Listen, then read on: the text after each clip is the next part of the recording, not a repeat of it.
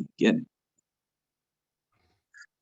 Okay, welcome everyone. Good to have you with us this evening. Let's see, we got Toby in person so far.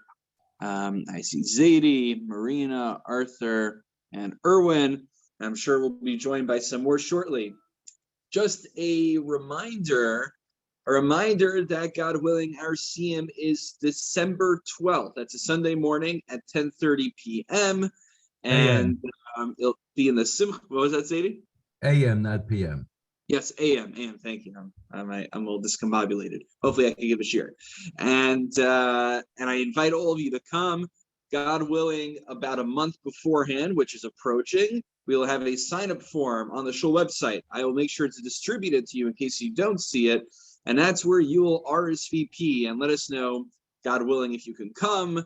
And then again, spouses, family, and close friends who want to celebrate this accomplishment that you are making are all welcome to come, and all members are welcome to come, whether you are here at the beginning or at the end, in the middle, or the whole thing, or not the entire thing. Everyone who is a part of the celebration. Okay, we are on Chaf Beis Amud Beis. That is 22b.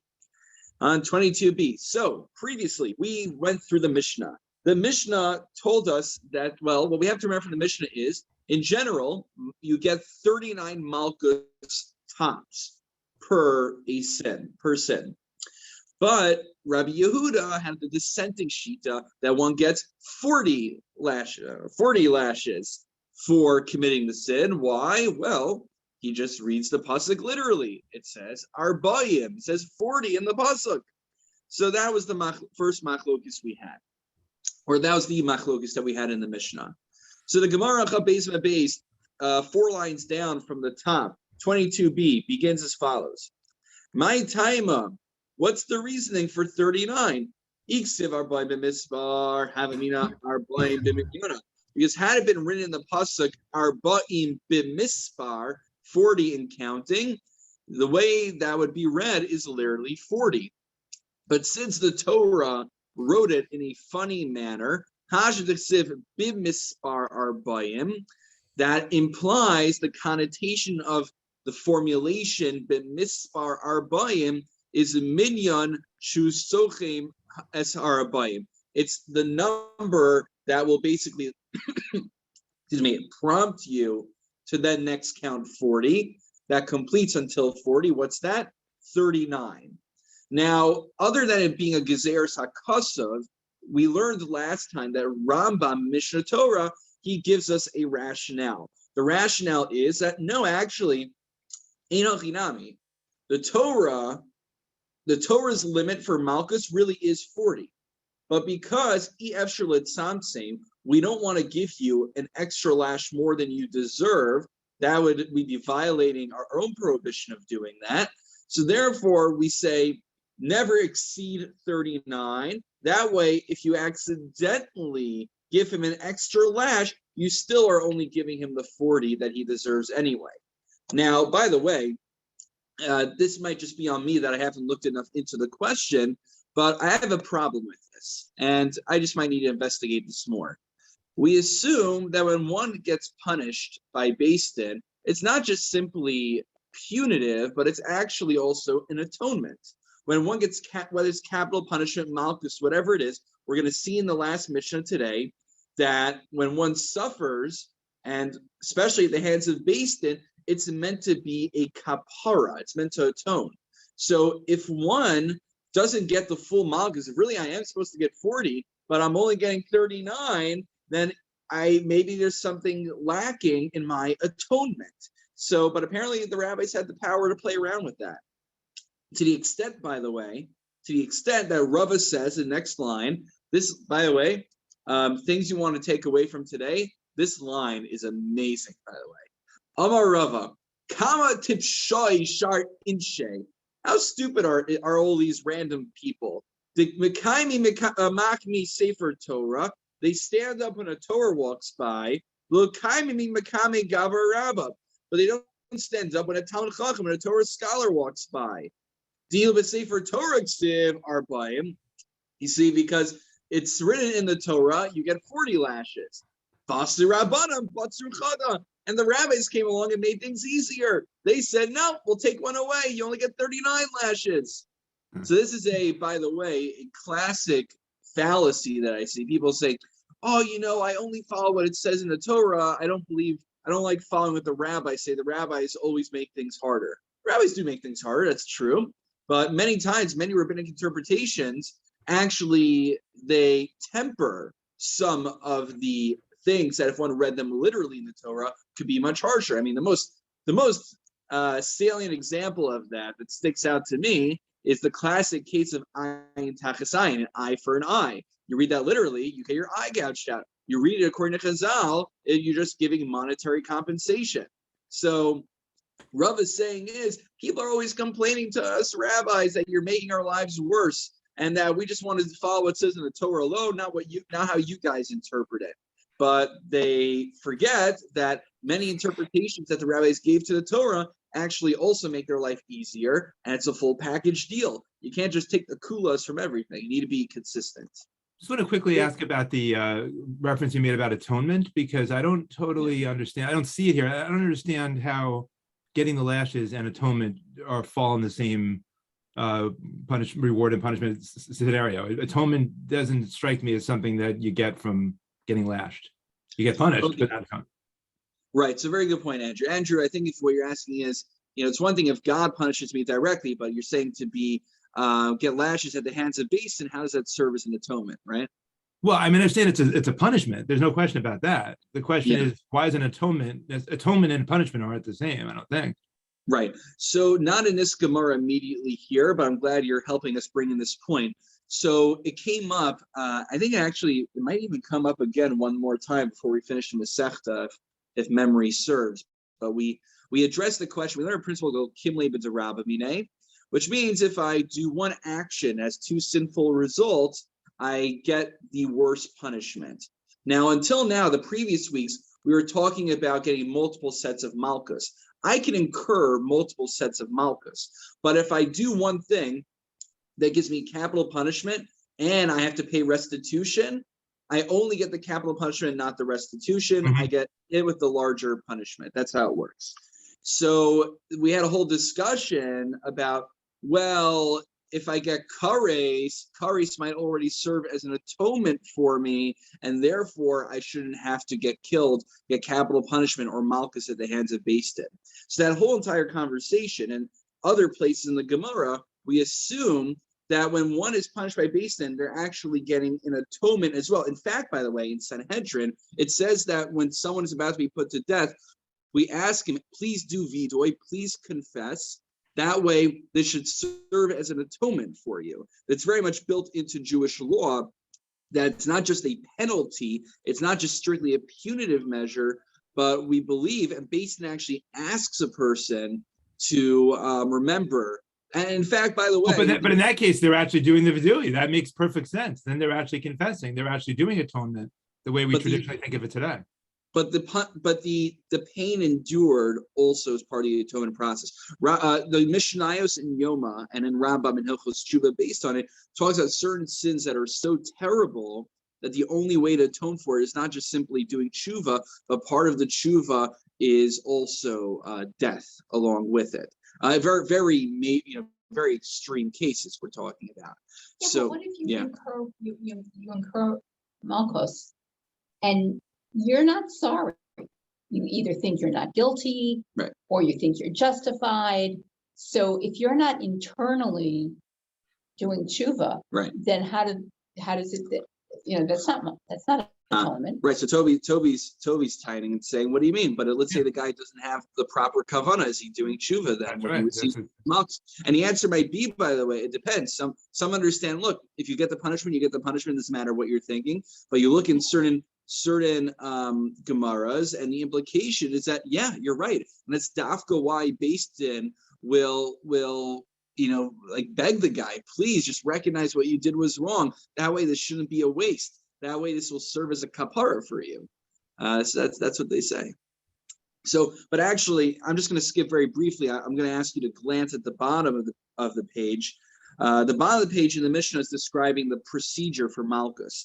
And if you look 3 lines up from the bottom, there are certain psukim that are being read when the person is receiving Makkos. And one of the psukim being read out loud at the end is actually V'hu rachum yechaper avo, where we ask God to atone the transgressions of the sinner. So in the very ritual of receiving Makkos, there is mentioning of pleading with God, beseeching Hashem to give atonement.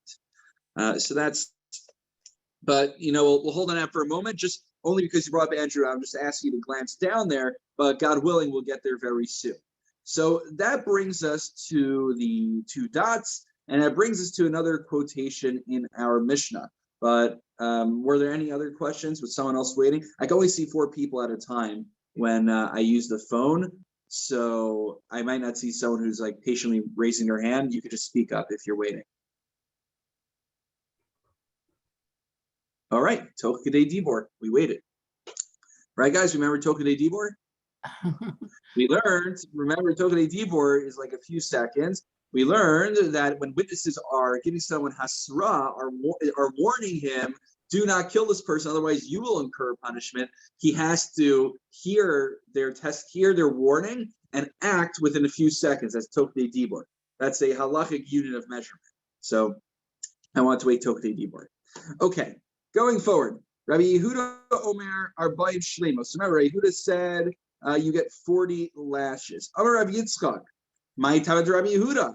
Where does Rabbi Yehuda, why does Rabbi Yehuda ignore the Rabbanon's reading of the pasuk that they picked up on this anomalous way of writing the pasuk? Why doesn't he also come to the same conclusion that it's a minyan hasokim la'arbayim, that it's 39, not 40 lashes? Because Rabbi Yehuda d'chsiv ma magsa ela ben yadecha va'amar asher yikesi beis mahavai.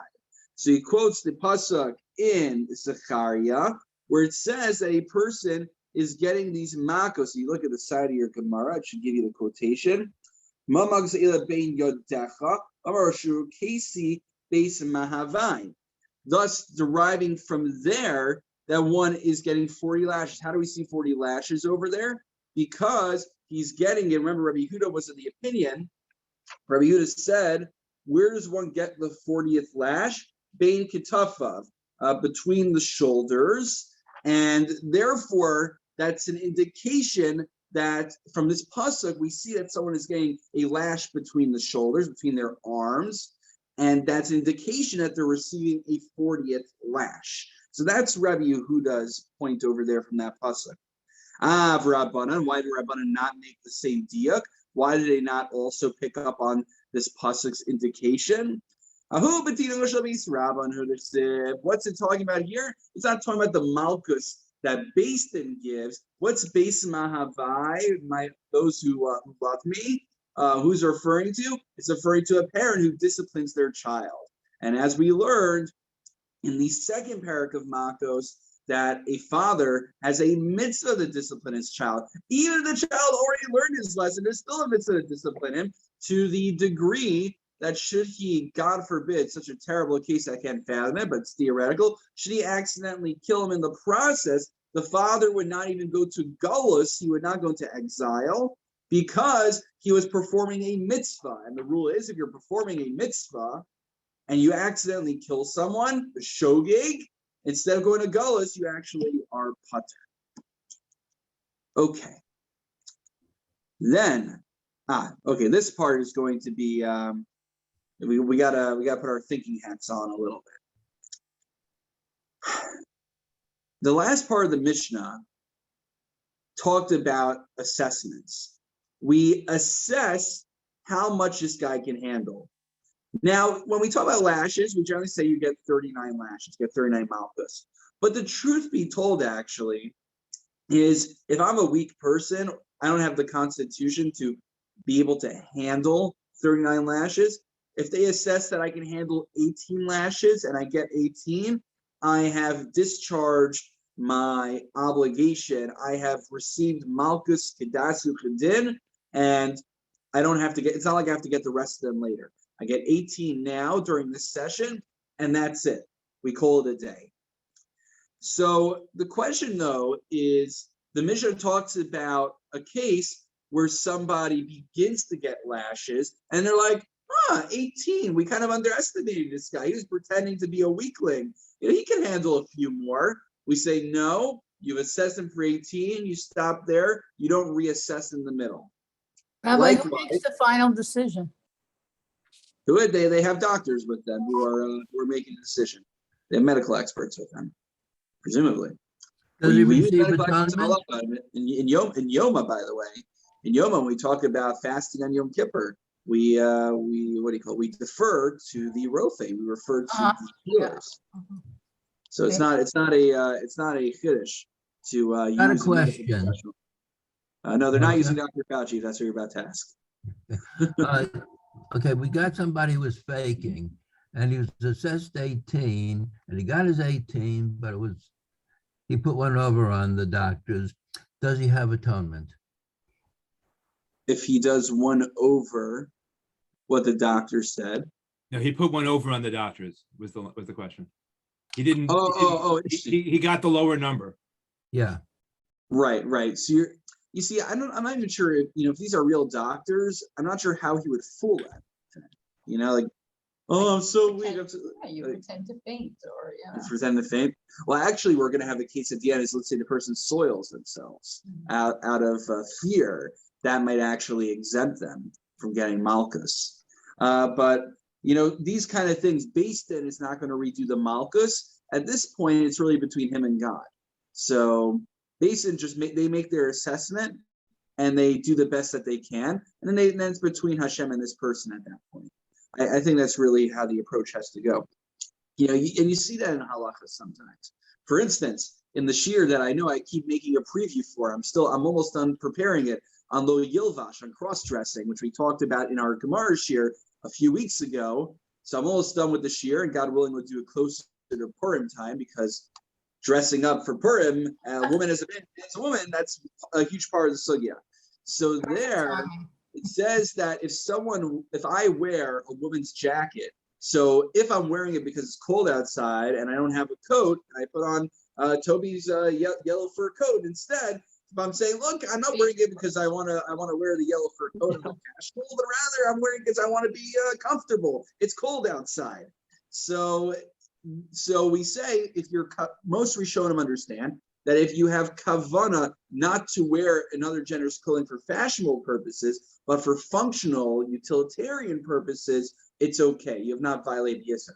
But Tosa says, the thing is, anyone could get away with claiming that I'm wearing it for utilitarian purposes. I'm wearing it for pragmatic purposes. So Tosa says, it's, only Hashem is bochin levavos. Only Hashem really knows what's in the mind of that person when they do it. And really, unless the person just declares, and by the way, that's what you see today sometimes, that I'm doing it dafka to take on the other gender style, we have to take their word for it and then leave it to God to determine what their actual kavanah was. That's what we got to do sometimes. We can't always, we can't, I apologize, we can't always butt ourselves in everyone else's business. Many times we can in halacha, but sometimes we can't. Very, very sad to tell you that. Okay. So that was all by way of introduction. Here we go. Ein omdim el b'makos haruis. Okay. So the implication in the Mishnah is laka in, lo laka lo. Once the makos begin, if you realize he can handle more or needs to go less, we err to the side of caution. But the implication of the Mishnah is that if they haven't yet started giving him Makkos, then we are open to reassessment. We are open to reassessing how much Makkos he can handle. However, this is contradicted by a brisa. And again, while generally, if push comes to shove, generally a Mishnah trumps a brisa because a Mishnah is codified and a brisa is not codified in the Mishnayos. Nonetheless, we generally try to reconcile teachings when possible. So, Raminu, we have a seeming contradiction from Brisa. Amdu lekabel arba'im, v'chazru amdu shein yachol lekabel arba'im, pater. If initially they thought that he could accept 40 lashes, and then they reassess him, and they find that he's incapable of receiving 40 lashes. Or vice versa. Let's say they underestimated him. They thought he could only handle 18. Turns out he can handle 40. Nonetheless, in both cases, we err to the side of caution. The contradiction here is, this sounds like we are not open to reassessing even prior to receiving Makkos. So what's the din? Can we reassess the guy before giving Makkos, or are we not going to reassess? We only base things on the first assessment.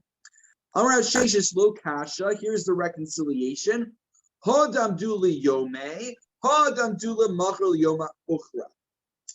Our Mishnah is talking about when both assessments were done on the same day, whereas the Brisa is not open to reassessment because they were done on 2 separate days. What do I mean by that?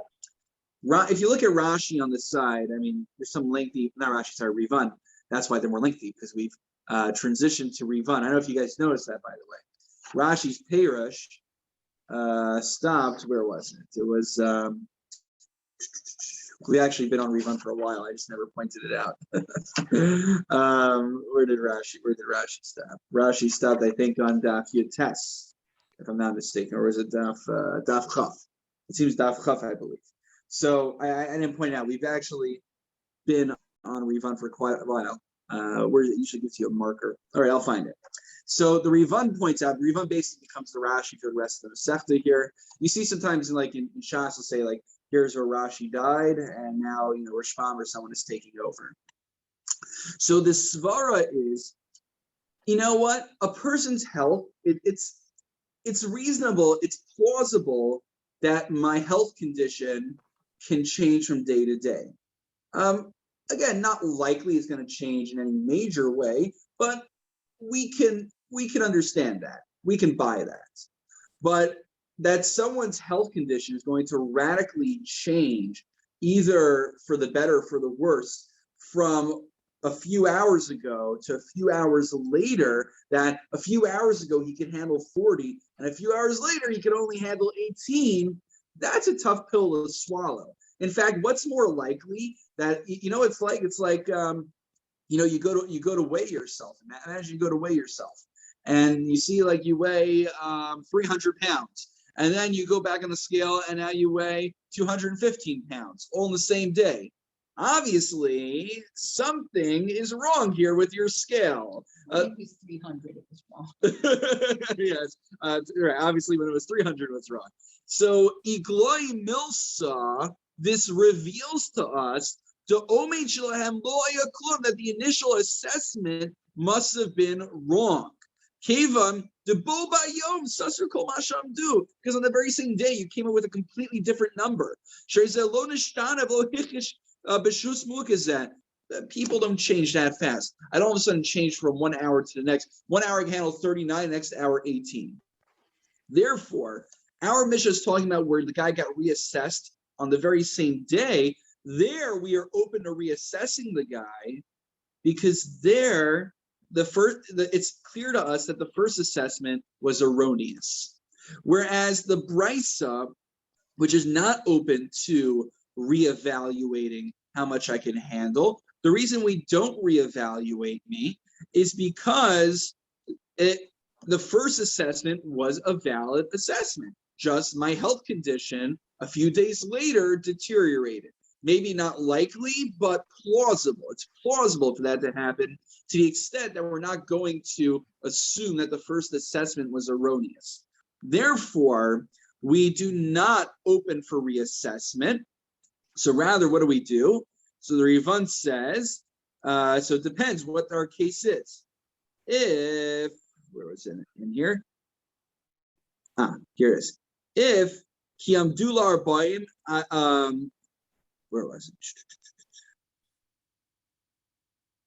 Hilka Kiamdula Arbaim Yom Ploni, Ushegia Yom Ploni Amshin Yochel Kabel Plum. One day they assess and they can handle 40 lashes, and the next day he comes in and he can't handle anything. Omed Oid Rishon Ome Gomer Haya. The first assessment was a valid assessment. I'm not reading in the Gemara, by the way, so don't worry if you're not seeing where I am. But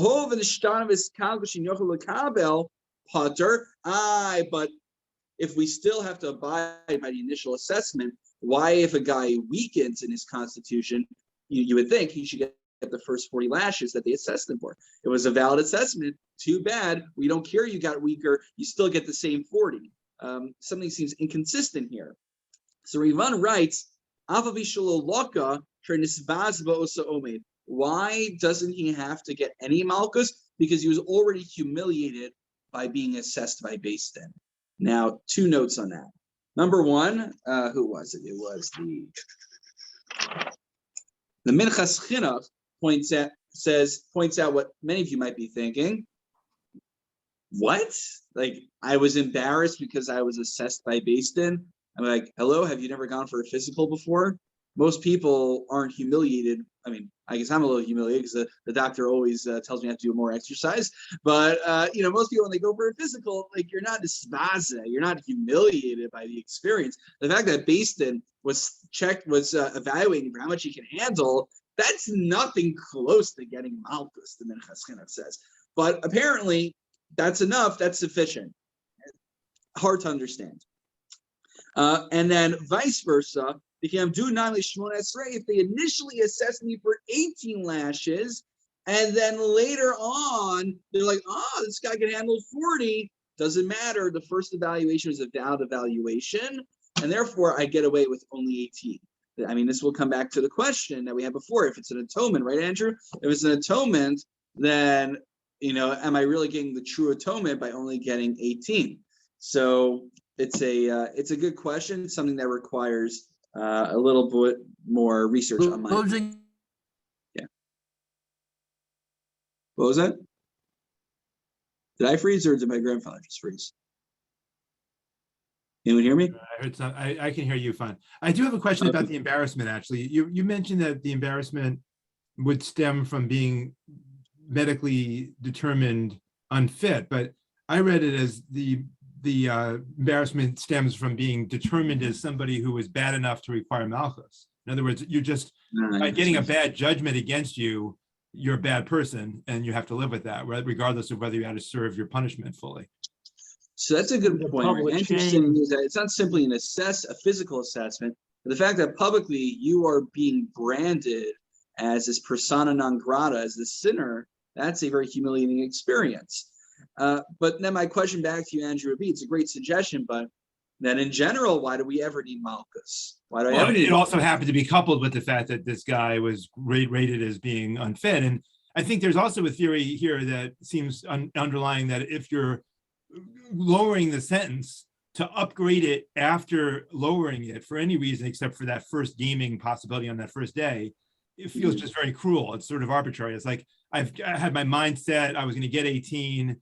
Now all of a sudden I'm due for 40. It's just not, it doesn't feel right. It's like asking somebody to do something that goes beyond their. You know what it reminds me of? It was like always the dilemma in school. If you know you got an answer wrong on your test, like, do you tell the teacher, and the teacher marks it with a check? Do you go over to the teacher and say, by the way, I actually got this wrong? And then, most teachers are like, okay, fine. I appreciate your honesty. I think one time there was one teacher who would just, they're like, that's a good point. You're right. You did get that wrong. You failed the test. That's what it reminds me of, Andrew. Yeah. So it's kind of it's very cruel to have his mind set on 18 and then you whack him with 40 lashes. That might be I don't see that in the wording here, but I do hear that as a rationale that might be going on in the back burner there. I would agree with that. Okay. That brings us to the Mishnah. The good news is, folks, that was the most complicated part of the entire sugya. So if you got that, everything else will come easy. If you didn't get it, then everything else should still come more easily. So good news from there. All right, let's do the next Mishnah. This one's a very small Mishnah, guys. We have 3 Mishnahs on one page.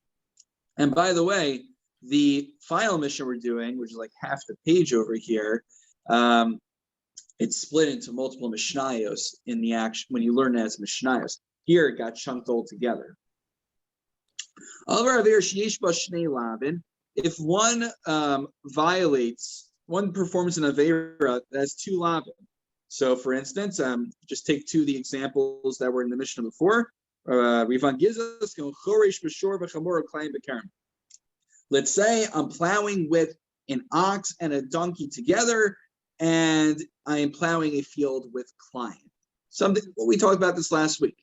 So I should get 2 sets of Makkos. So the question is, when do I get those sets of Makkos? So ideally, amdu omid echad loka upater. Vimlav loka misrabi b'chos v'loka.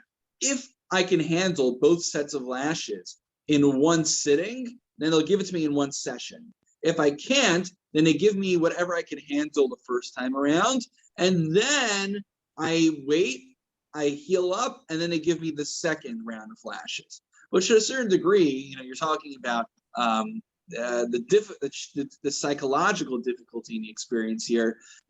Most people just want to get it over with. This guy is going to have to go through it 2 times because he didn't have the fortitude to be able to take it everything in one shot. So it's very difficult for this individual. The Gemara gives us a clarification what the Mishnah is talking about. It says in the Brisa that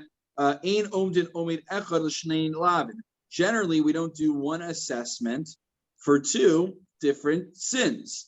But here we're dafka saying do one assessment for 2 sins.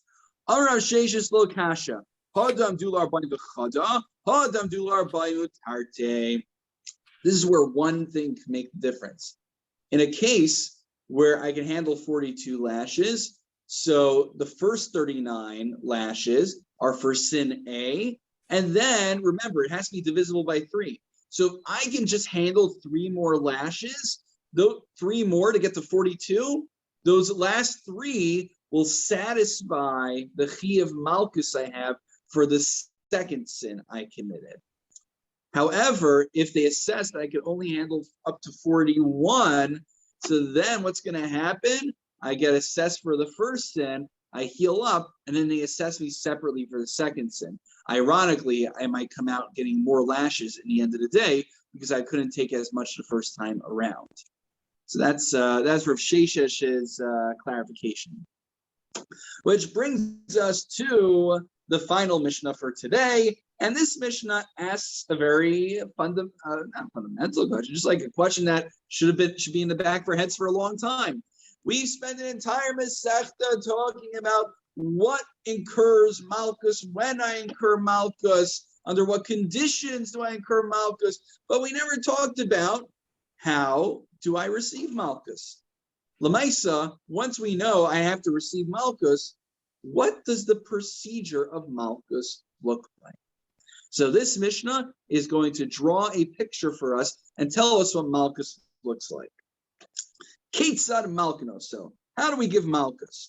There's a lot of descriptions of here. Nothing here is complicated, just a bunch of details to keep in mind, and the Gemara will break down the rationale behind each of the details.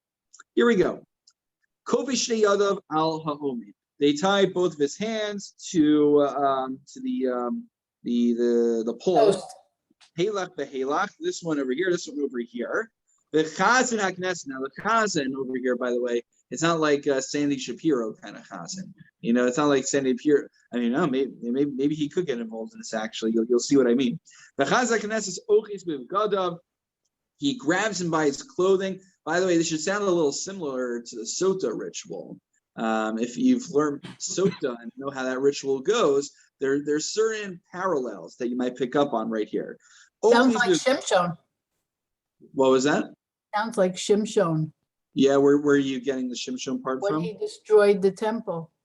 Oh, right, because they tied his arms, and then he brings down the pillars. Yep. Right. Unfortunately for this guy, he's not escaping, at least in this theoretical. It's funny. I saw someone made an anime version of Shimshon taking down the temple, but like Dragon Ball Z style. I don't know if anyone would appreciate that. Okay, so he grabs him by his clothing. In Nikru, Nifrimu, if they begin to tear and to tear on the seams, give me a synonym for tearing. They begin to the seams start to come out. Ad shemagalas libo, until his chest is revealed, where the lave is, where the heart is. But Evan the Suna Meacharav, Chazan HaKnesses Omen Alav, and so there's a stone put behind where the recipient of the Malchus will be. The Chazan HaKnesses, meaning the person who's appointed over administering the Malchus, he stands on top of this rock. Uritzua biyado, he has this leather strap. You know, our tefillin, the straps, they're called ritzuos. He has a leather strap in his hand. What is it made of? Shel egel kfula, shel egel. It's specifically of a calf. Why a calf? We'll talk about that in the Gemara. Kfula, echel l'shnayim, l'shnayim la'arba. It's folded until 2 and 2, 4, and then into 4. Ushtei ritzuos shel kamur ozu yoruspa. And then there's leather straps of a donkey that go up and down that are sewn into it. Yada tefach, the handle of the whip that is used, is as long as a tefach, as a hand's breadth. Urachva tefach, and the width of the Rivan points this out. Now it's referring to the actual whip part, is a tefach wide. Urosha magas api kreso. Now, this is a very vague line, ambiguous line. The top, the end of the whip should reach his belly or belly button area.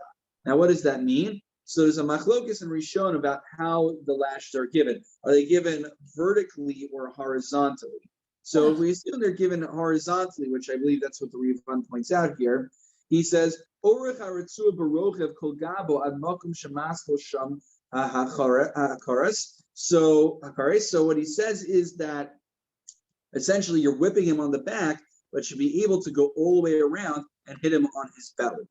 That's how long it needs to be. 1/3 is on the front, and 2/3 are given on one's back. The idea is that generally people can sustain hits to the back better than they can sustain hits to the front of their body. In the torso area. The recipient of the Malchus is not standing nor sitting. Elamuta, rather, he is bent down. So how do you reach the chest? Think about it. If you're like this, how do you reach the chest? Interesting. Toby's asking, if the guy is bending over like this, then how are you hitting his chest? You're hitting him from the side. The whip is going around from the side.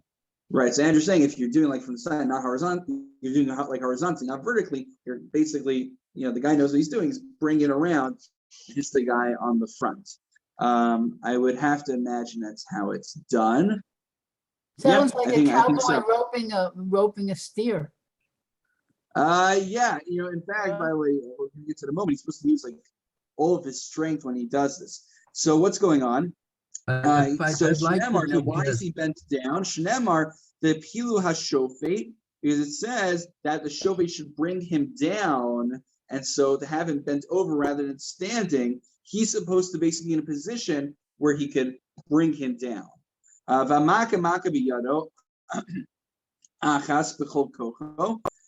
so when the person, the shliach of basin is ready to bring the whip down, he uses only one hand, he cranks it up, and comes down with all of his strength. So now this is something that I know Phyllis and is anyone else here on the Chevra Kadisha? Toby, you're on it. Anyone else? I don't see that many people, but anyone else who's on it. So as you know, I actually haven't seen one done here. I've seen one done in Queens, and so I wasn't part of actually doing the Tahara. I just wanted to observe for my own education. So they had me read the psukim. So while they're doing the Tahara, they will traditionally have someone on the side reading different psukim, reading different paragraphs, passages, while they're performing the ritual. So that's something that you'll see in different rituals in Judaism, that there are the people who are doing the maisa, the action, and then there's a person who's kind of creating the ambiance by reading certain passages as that deed is being done. So even though a tahara and giving malchus are two very different things, there's a similar kind of procedure that we use. So here there are psukim being read as the malchus are being administered. So Vakore Kore in Los Sishmor Lasos, he first reads this pasuk is in the it's not Zechariah. It's from the end of the Talmud, right? Yeah. That's what was weird. I thought, it's in Devarim. For some, because in my Henry, good to hear you. I hope you're doing well in Chicago. We miss you. So right, because it had Zechariah first, and then it said same place as the previous source. That's what threw me off. I'm like, that's not from Zechariah, it's from the Torah. Yeah, so he's reading Imlo Sishmor Lasos. It's called Divrei HaTorah Hazos Aksuma Sefer Torah. Right, Chumash class people, we did this recently. If you don't do all this, and then he reads the next pasuk, which says, "The Hifla Adonai es Makkoscha is Makkosarecha Makkos Gedolos Ne'emanos Echolayim Rayim Ne'eman." God's going to smite you and your children, all these terrible things to befall them. So that's what he's reading. Has the word makkah in it, strike someone. The es makkos.